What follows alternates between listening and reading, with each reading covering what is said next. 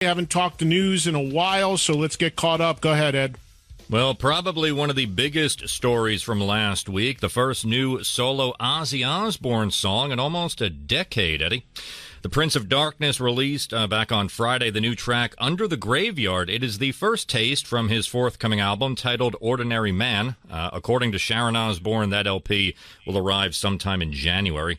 The new album features Ozzy alongside producer Andrew Watt on guitars, Duff McKagan of Guns N' Roses on bass, and Chad Smith of the Chili Peppers on drums. No Zach on this record.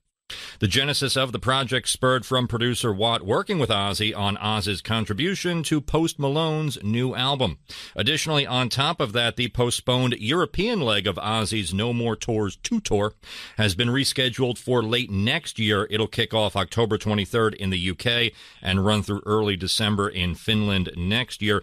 Judas Priest is still slated to open those shows. Ozzy is set to resume touring late in May with a North American leg of the tour. Again, there's so much to unpack here. Yep. So the European dates that are rescheduled for a year from now, is this the second rescheduling of them or no? Yeah, I Am think I it's wrong the second. on that? They were pushed back to the beginning of next year. They will now occur after the North American leg next year. Okay. I don't know. I guess if you bought tickets to these shows, you don't want your money wrapped up that long, I'm assuming you can request a refund. I sure as hell hope you could. As I've said many times, to me, it's nuts to be sitting on ticket receipts, meaning money, for years. I mean, does anybody not sort of like ask about that? The interest it being made? Can you imagine the interest that is made by Ticketmaster or Ozzy's organization or the venues or I don't know who, but that's a lot of money to have sitting for now a year and a half, 2 years. Hey, give us another year. We think we're going to play for you in a year. What? I mean, I don't know.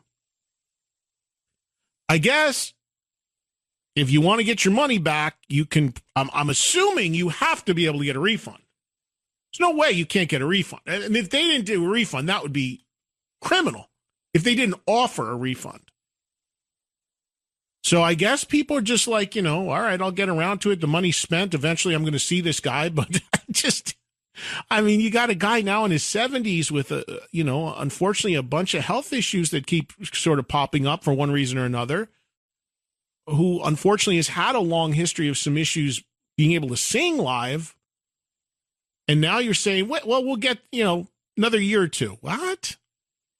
I don't know.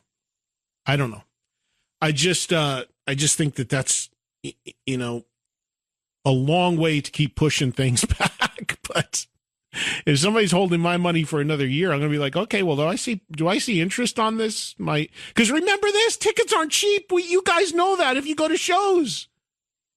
It's not unusual to spend average $250 a ticket. You got 4 tickets, you got $1,000 out there. Now, unfortunately, there's no banks giving you big interest anymore that you're going to make any real money, but still do that over 20,000 seats times 30 shows. It's a lot of money. I don't know. But I'm constantly amazed at people's thirst for entertainment and what they're willing to spend and go to see, and without even asking questions if it's real or if it's fake or who's in the band. It's crazy to me. Okay, so there's that. Whatever. That's a personal decision. If you bought those tickets, and you're cool with it, that's on you. And if you aren't cool with it, you absolutely should be able to get a refund. Some people don't have that kind of money to lay out there that long. Now, the other side of that, as far as the song's pretty good. I like Ozzy's voice sounds real good on it, but Ozzy Fantastic. always sounded good in the studio. The studio is not where Ozzy has his problems. For over 20 years, he has his problems live. We all know that. Studio is not, anybody, there's a lot you can do in the studio. Beyond effects, you can also redo something 20 times until you get it right in the studio. But song is cool. Song is different. Interesting. Zach had nothing to do with this record. And if you recall, when the whole Post Malone Ozzy thing was announced, I immediately told you guys what I thought the connection was. Pull the tape if you don't believe me. I talked about this weeks ago. I said in that show that Post Malone's right-hand guy as a producer, writer, guitar player is a young guy named Andrew Watt. I know Andrew. I know Andrew because he was in a band with Glenn Hughes and Jason Bonham that I liked very much that did one record called California Breed. Had him on my show several times. Andrew has reinvented himself into, like Post Malone's producer and I guess a big writer in the pop hip hop world. So good on him. But he has a rock fabric to him because he came from a rock band. So my mind immediately went to Andrew being involved in getting Ozzy to do this Post Malone thing, which he was, I'm sure. And then when you heard Ozzy out of nowhere did a record, which I think is only 8 songs on the record, so it's not going to be a very long record, I guess. But that a record sort of came together, to me, that reeked of Andrew, starting to work with Ozzy and talking him into, doing a record. As far as having Duff on it and Chad on it and all that, I mean, that was everybody, they obviously all great players and they all know each other and somebody made a call and whatever. So that's all well and good. I mean, Glenn Hughes played bass on the last Joe Satriani record, didn't even sing on it, just played bass. So all of that's not all that unusual. But the not having Zach involved is pretty interesting.